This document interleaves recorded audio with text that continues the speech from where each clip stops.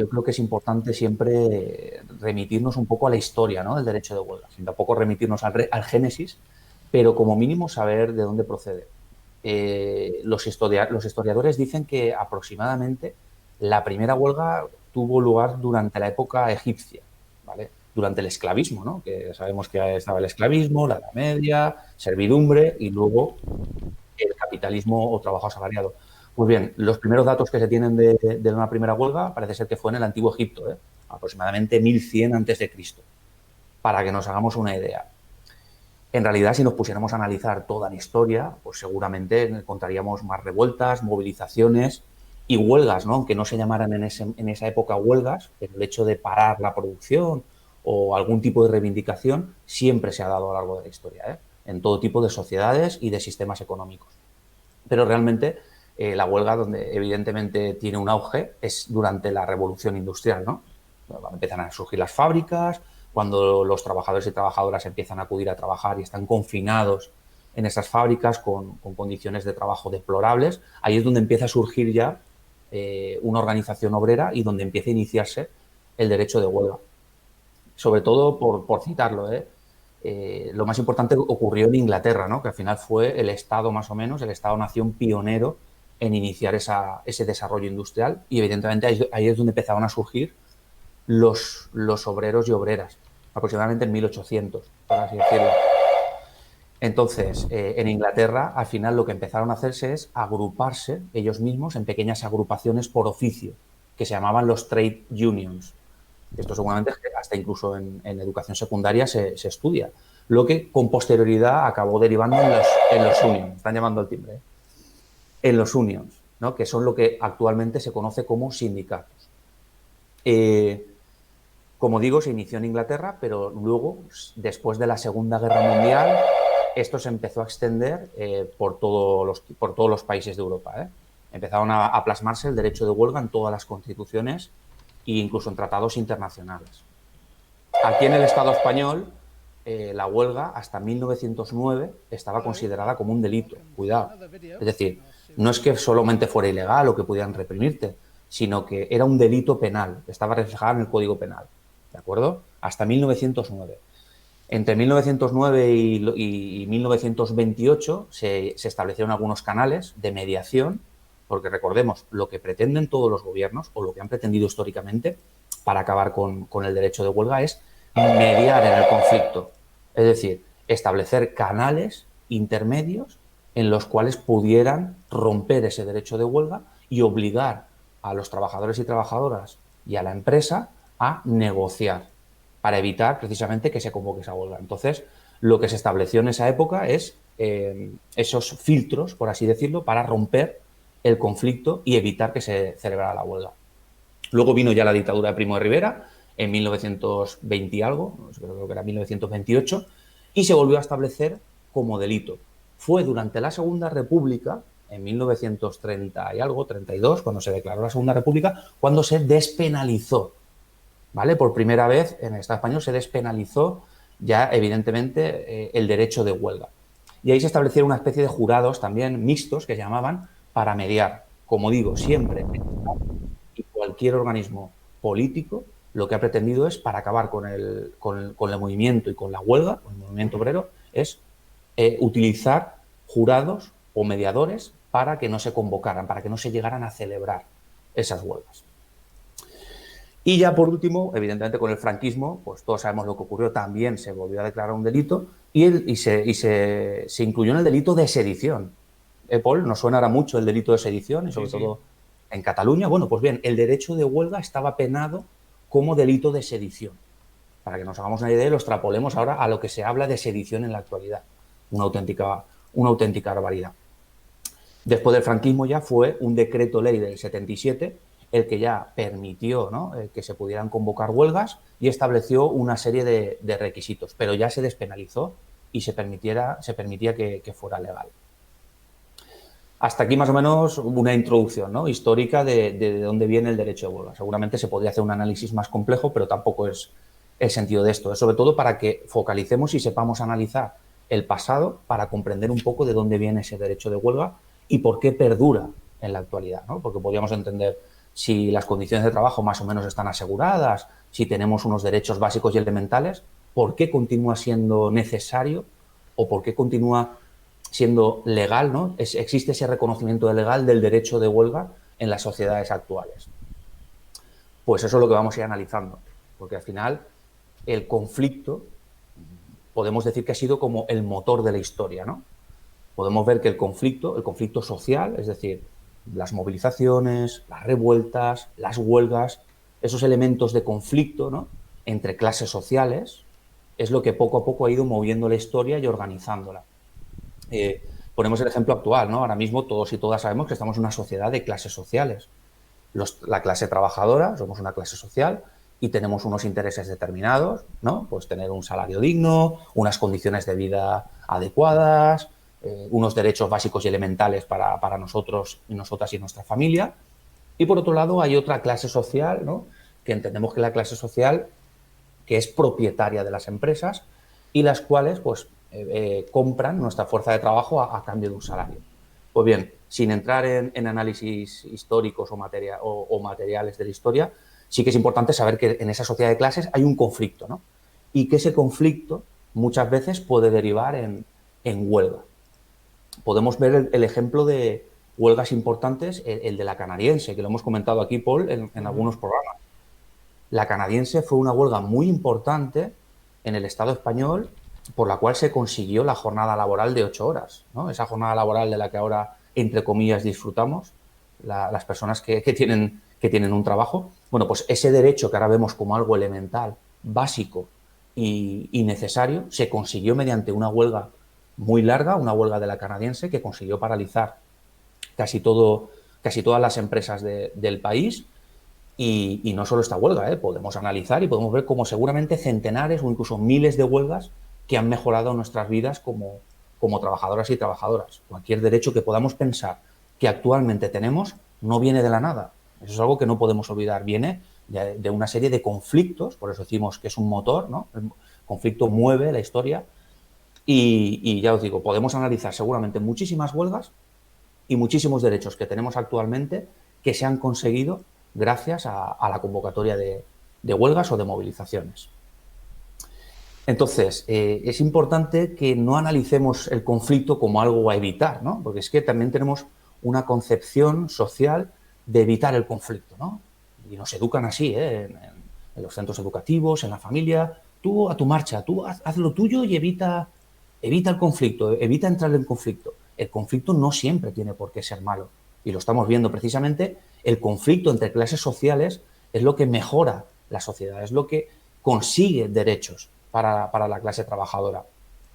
O alguien se piensa que tendríamos vacaciones, por un ejemplo, o bajas médicas si no hubiera habido conflicto anteriormente. No existirían. Por lo tanto, podemos decir que el conflicto no solo no hay que evitarlo, sino que es necesario para mejorar la sociedad y los derechos, en este caso, laborales, ¿no? Hablando del conflicto como huelga. Tenemos el ejemplo también, por ser más pragmático,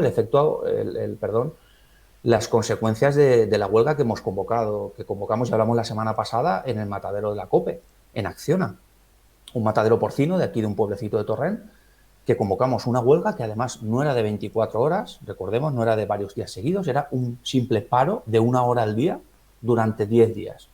Pues bien, mediante ese paro, esa convocatoria, ni tan siquiera se ha llegado a celebrar la huelga. Es decir, con la mera convocatoria de ese conflicto, ¿no?, con la mera puesta encima de la mesa al empresario, oye, los trabajadores y trabajadoras no estamos conformes con esto. Si no se cumple la legislación, si no nos concedéis los derechos que estamos pidiendo, pues inevitablemente tendremos que convocar una huelga. Pues bien, solo con esa convocatoria de huelga, sin tan siquiera llegar a celebrarse, la empresa ha decidido asumir todas las reivindicaciones de la plantilla.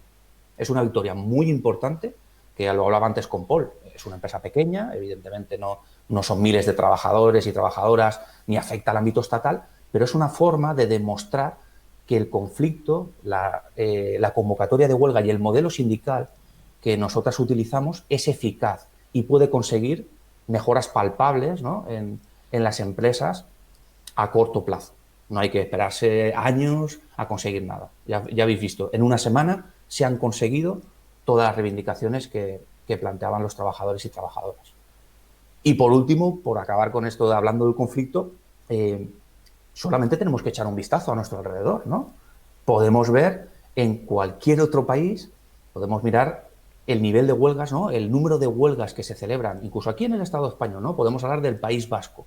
El País Vasco, si miramos estadísticas del Ministerio de Trabajo, es una de las regiones o de las comunidades autónomas con mayor número de huelgas convocadas. Pues bien, eso se puede palpar en los derechos laborales. Hay una relación totalmente directa con el número de huelgas o, o incluso la implantación sindical o afiliación sindical. Hay una relación directa entre esto y las condiciones laborales, que tienen en esos territorios. Y nos podemos ir también a los sectores. Estamos muy acostumbradas a ver sectores como el sector del metal u otros sectores estratégicos, ¿no?, que tienen unas condiciones laborales mejores que la de otros sectores. Y eso no significa que sean un colectivo privilegiado, ni que estén por encima de otros compañeros y compañeras de otros trabajadores de cualquier otro sector, sino que precisamente han tenido movilizaciones, han tenido una forma de presionar más potente y han conseguido esas mejoras. Podemos ver, por ejemplo, la hostelería. La hostelería tiene unas condiciones de trabajo muy por debajo de la que tiene cualquier otro convenio, o sea, cualquier otro sector. Y en cambio estamos hablando de un sector también esencial y estratégico, ¿no? Sabemos que es un porcentaje alto del PIB del Estado español. Pues pese a tener una repercusión importante en la producción o en el Producto Interior Bruto del Estado español, tienen las peores condiciones de trabajo. ¿Por qué? Bueno, pues seguramente por muchos factores, ¿no? Por la temporalidad, por la estacionalidad, por muchos, pero también por la baja conflictividad laboral. Porque no hay tantos conflictos, tantas movilizaciones, ni tantas convocatorias de huelga que hayan conseguido mejorar esos derechos en el sector. Como he dicho antes, el derecho de huelga se regula con un Real Decreto Ley de 1977. Y os preguntaréis, ostras, la Constitución se aprobó en el 78 y el decreto se aprueba antes, ¿no?, de la Constitución. Pues sí, es uno de los pocos decretos que quedan preconstitucionales. Es decir, que se aprobaron antes de que se aprobara la Constitución y que luego tuvo que ser matizado por el Tribunal Constitucional porque no se ajustaba del todo a la Constitución española, ¿eh? Entonces, tiene una regulación muy deficiente, eso es cierto, y muy contradictoria, hasta cierto punto de que el Tribunal Constitucional, en una famosa sentencia, que me la sé de memoria pero no os la tenéis que saber, que es la 11/1981, delimitó exactamente y declaró incluso inconstitucionales muchos de sus artículos, ¿vale? Porque era preconstitucional y luego el Tribunal Constitucional interpreta ese decreto conforme a la Constitución aprobada. Bueno, pues como digo, después de todo este rollo, lo importante que sepáis es que el derecho de huelga es un derecho fundamental. Y es fundamental no porque lo diga yo, sino porque lo dice nuestra Constitución, ¿vale? El artículo 28.2 de nuestra Constitución declara el derecho de huelga como derecho fundamental. Y es un derecho fundamental porque es de los derechos más protegidos que tiene nuestra Carta Magna, nuestra Constitución, y porque si se vulnera ese derecho fundamental, puedo incluso recurrir por recurso de amparo al Tribunal Constitucional para que se declare mi derecho vulnerado y puedo incluso reclamar daños y perjuicios si se vulnera el derecho de huelga. Aparte de esto, pues bueno, como digo, después de la Segunda Guerra Mundial, el derecho de huelga se ha institucionalizado, ¿no?, por así decirlo. Lo podemos encontrar en la Carta Social Europea, en tratados internacionales y en otra legislación comunitaria e internacional. Dicho esto, vamos a ver a quién corresponde ese derecho, ¿no? Porque sí, el derecho de huelga está ahí muy bien, el artículo 28, pero ¿a quién corresponde? Bueno, pues nos corresponde a nosotros y nosotras, como un derecho individual. Ostras, entonces si es individual, ¿solo lo puede hacer una persona? No. Es un derecho individual con una proyección colectiva. Es decir, el derecho lo ejerzo individualmente porque yo decido si hacer huelga o no, pero lo hago junto a otros compañeros o compañeras. Por eso tiene una proyección colectiva, ¿no? Pues decimos que la huelga es un conflicto colectivo. Y muy importante, es un derecho indisponible e irrenunciable. ¿Qué significa esto? Que yo no puedo renunciar a ese derecho en ningún tipo de documento. No, es que mi empresa, mi contrato, me ha puesto una cláusula que yo rechazo el derecho de huelga. Totalmente nulo. Esa cláusula se tiene por no puesta. No, es que mi jefe me ha dado un escrito en el que yo firmo ¿Que pacto con la empresa no hacer más huelgas? Tampoco, no puedo renunciar a ese derecho, ¿de acuerdo?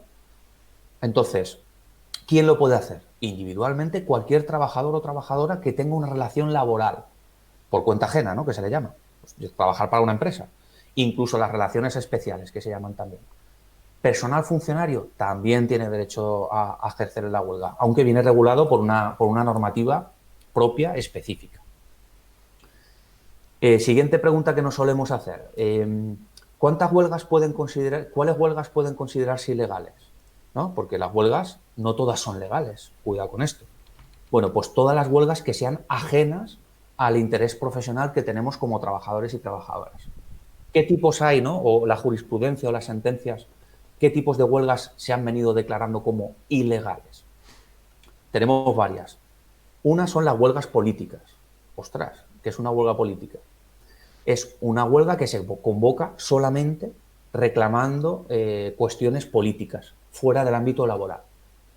Las sentencias o la jurisprudencia en este sentido ha sido bastante estricto, porque, por ejemplo, las huelgas últimas, por poner un ejemplo, las de Cataluña, Paul, esta huelga que se convocaron durante el procés y todo el tema intentaron ilegalizarlas con posterioridad, pero el tribunal, no sé si ha sido el Constitucional, ha declarado que esa huelga no puede ser ilegal, porque tenía reivindicaciones laborales y reivindicaciones políticas. Por eso digo que es interpretable en el sentido de que todas las huelgas tienen algo político, ¿no? Si estoy reclamando derechos laborales, si estoy reclamando una derogación de la reforma laboral, al final es un contenido político, ¿no? Por tanto, esto hay que cogerlo con pinzas y es muy difícil ilegalizar una huelga porque se considere que sea una huelga política. Es muy complicado. Sí que También me se acuerdo. consideraron... Ay. Sí, dime.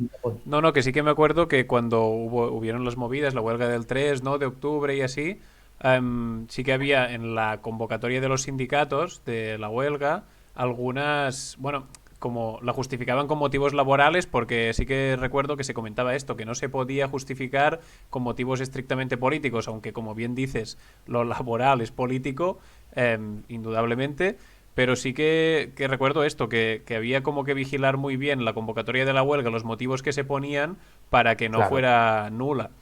Y ahora también... Para que no la declararan como ilegal. o ilegal, Mm. claro. Sí, sí. Y también recuerdo que se jugaba también con la terminología, en plan que se hablaba de parada de país, ¿no? Aturada de país, y que no era huelga, o otros días que también se paraba, pero que no se podía llamar huelga, recuerdo. Que hubo como ahí también como un juego. A ver, la huelga al final también es un paro, ¿vale? Pasa Sí, que sí, sí. esto ya podemos hablar terminológicamente, ¿no? Al final un paro se puede considerar un paro de 24 horas o de menos horas, pero al final es lo mismo. Lo importante para que se considere huelga es que se han seguido los pasos legales para comunicarla, para registrarla, para preavisarla y todo el tema este. Pero sí, fue un conflicto en Cataluña y, bueno, hasta que al final se ha pronunciado, si no recuerdo mal, digo, el Tribunal Constitucional. Y Bueno, pues justamente, dime, perdona dime. que te vuelva a cortar, pero justamente cuando me hablabas de huelgas en Euskal Herria estaba buscando imágenes para como para ilustrarlo Para un proyectar. poco y se me ha colado huelga general en el sur de Euskal Herria convocada para protestar por la muerte de Miquel Zabalza en Navarra y Guipúzcoa. Y claro, no sé si esto podría entrar como huelga más política, más que laboral. Muy buena pregunta y es al hilo de lo que iba a plantear, porque hay otro tipo de huelga que se consideraba en un primer momento ilegal, que son las huelgas de solidaridad. Claro, ¿qué es una huelga de solidaridad? Pues este caso, por ejemplo, el de la muerte de esta persona, podría ser una huelga de solidaridad o incluso una huelga política. Lo que han hecho los tribunales y sobre todo el Tribunal Constitucional es ir matizando que sí que se pueden celebrar huelgas de solidaridad. Por ejemplo, se han considerado legales una huelga de solidaridad reclamando la readmisión de unos compañeros y compañeras. Esa huelga es totalmente legal y es una huelga de solidaridad.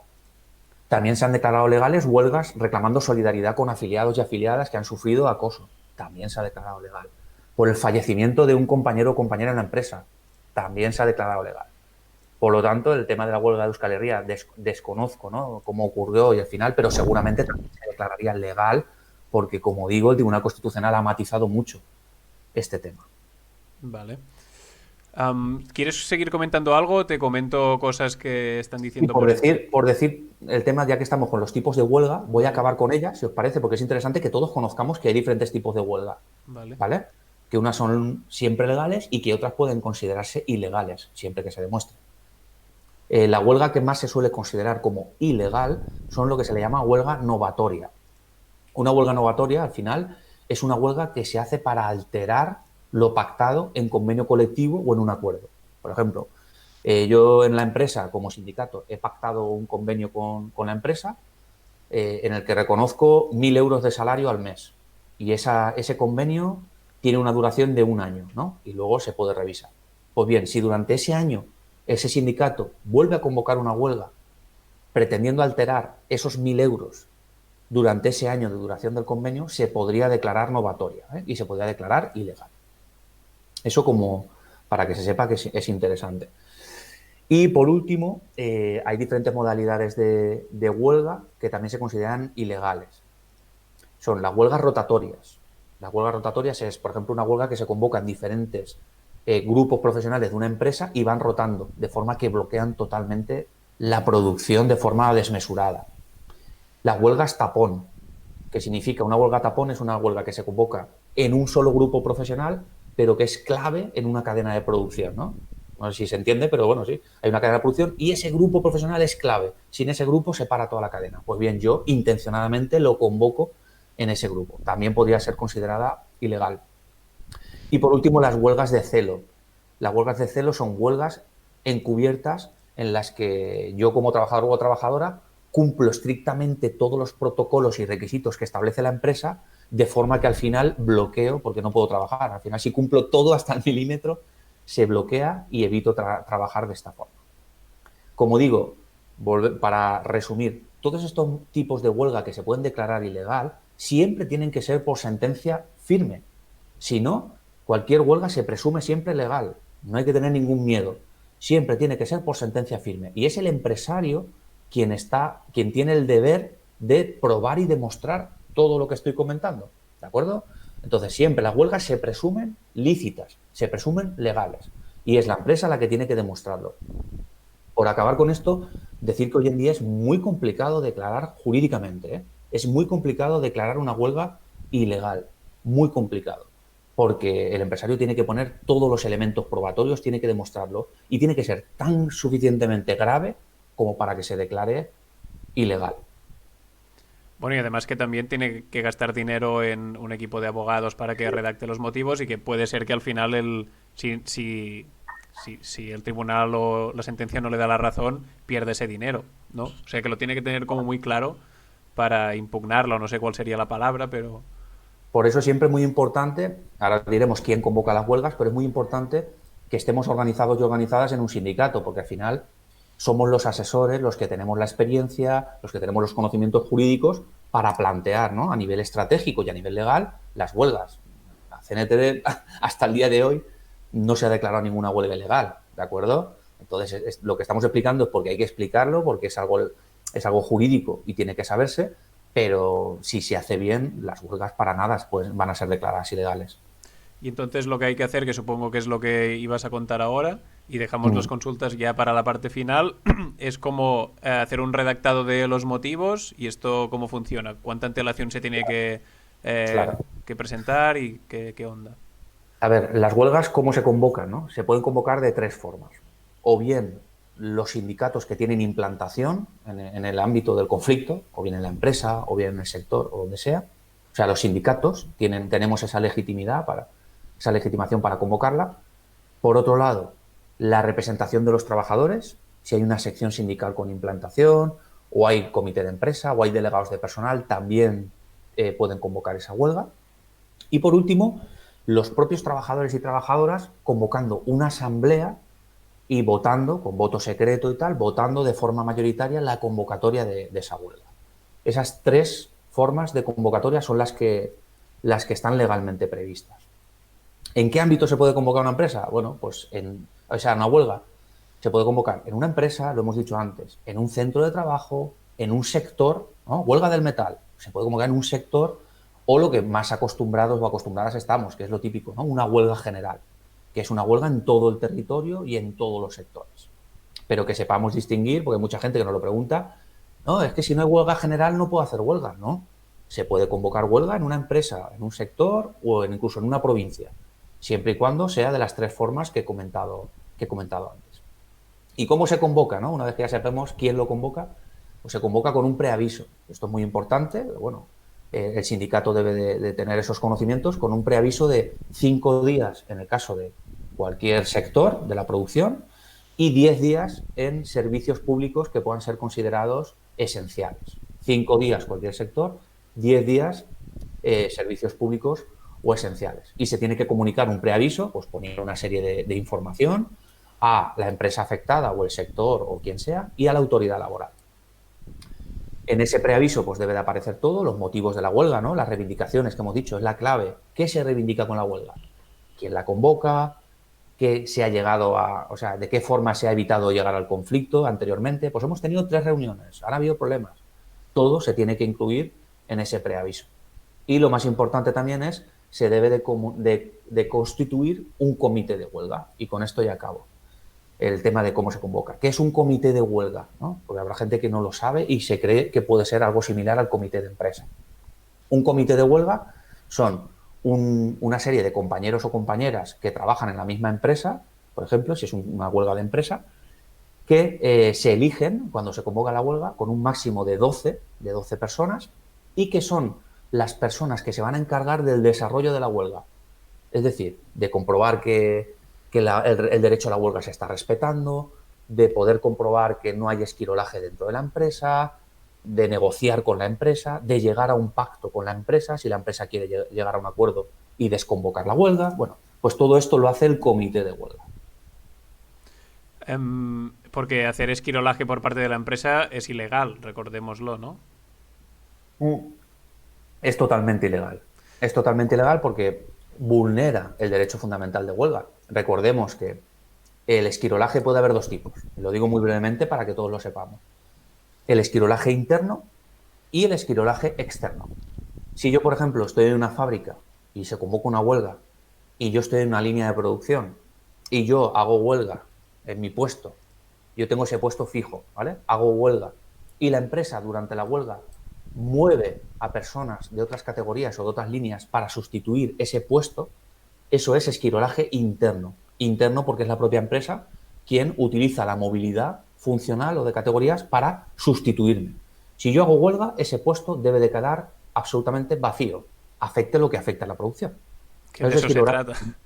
¿Eh? Que de eso se trata. Claro, de eso se trata. La huelga se hace para, evidentemente, provoca un daño a la empresa. Eso la legislación lo sabe, la Constitución lo sabe. Hace un daño a la empresa, por eso precisamente se reconoce el derecho de huelga, ¿no? Porque hay un desequilibrio de fuerzas entre el empresario y entre el trabajador. Por lo tanto, se nos deja que podamos hacer huelga para contrarrestar esas fuerzas. Pues eso es el esquirolaje interno. Y luego el externo es contratar a empresas externas para suplir el trabajo de los huelguistas. Hay una cosa importante que no hemos comentado sobre el ejercicio de huelga, que es si tengo que avisar a la empresa a la hora de hacer huelga, ¿no? Y es una duda que surge mucho. La respuesta es no. Como trabajador o trabajadora no tenemos obligación de avisar a la empresa una vez se convoca la huelga, no tengo que notificar a la empresa que voy a hacer huelga. Es un derecho individual y simplemente lo ejerzo cuando llegue el momento de la huelga. No es obligatorio avisar. Otra cosa es que yo quiera avisarle por lo que sea, o después, a posteriori. Es mejor avisar a posteriori, o en el momento de hacer la huelga. Porque si le avisamos antes, la empresa puede preparar algún tipo de artimaña para reorganizar la producción de alguna forma. Entonces, no hay obligación de avisarle y es recomendable no avisar hasta el momento de la huelga o después. La gente también tiene mucho miedo. ¿Pueden despedirme o sancionarme? Ya lo hemos dicho antes. Por el hecho de hacer huelga, no. Es decir, es un derecho fundamental, especialmente protegido. Si tú haces huelga y hay un despido y la causa no es cierta, se puede considerar despido nulo, porque han vulnerado tu derecho a ejercer la huelga. Y la empresa estaría obligada, si se decreta por sentencia, a readmitirte en tu puesto de trabajo y a abonarte a pagarte todos los salarios que has dejado de percibir mientras has estado despedido, incluso a devolverte la parte de la prestación por desempleo, del paro. ¿De acuerdo? Eso es muy importante, para que la gente no tenga miedo. Todo lo contrario, el hecho de hacer huelga es un hecho de estar ejerciendo un derecho fundamental y vas a estar más protegido, a no ser que haya una causa real para despedirte. La empresa no te va a despedir por hacer huelga porque es totalmente ilegal, ¿vale? Y poco más. Yo creo que esas son las dudas que más se suelen tener. Como resumen de todo, pues a lo mejor comentar como totum revolutum que la huelga, ya lo hemos dicho, es una herramienta, ¿no? Es la herramienta por excelencia que tenemos. No solo para protegernos, para solicitar y reivindicar derechos, sino para conseguir mejorar nuestras condiciones de trabajo. Es una herramienta que ha durado durante años y ya hemos visto que incluso durante siglos.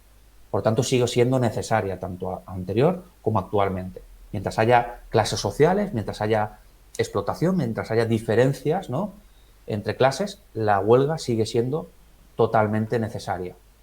Y el primer paso, como bien ha dicho Paul, antes de convocar huelgas o de tal, es organizarse. El primer paso es organizarse entre nosotros y nosotras en las empresas, empezar por constituir quizá una sección sindical y a partir de ahí, poco a poco, ir viendo si vale la pena o no plantear estratégicamente una huelga o cualquier otro tipo de conflicto o movilización para, como finalidad, acabar mejorando nuestras condiciones de trabajo.